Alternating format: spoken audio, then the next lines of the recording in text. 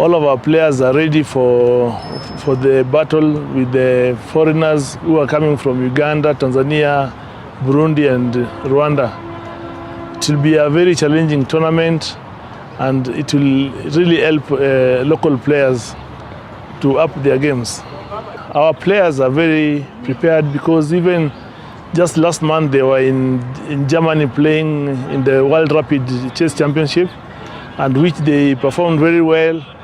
And I know with this local regional tournament, they'll be up.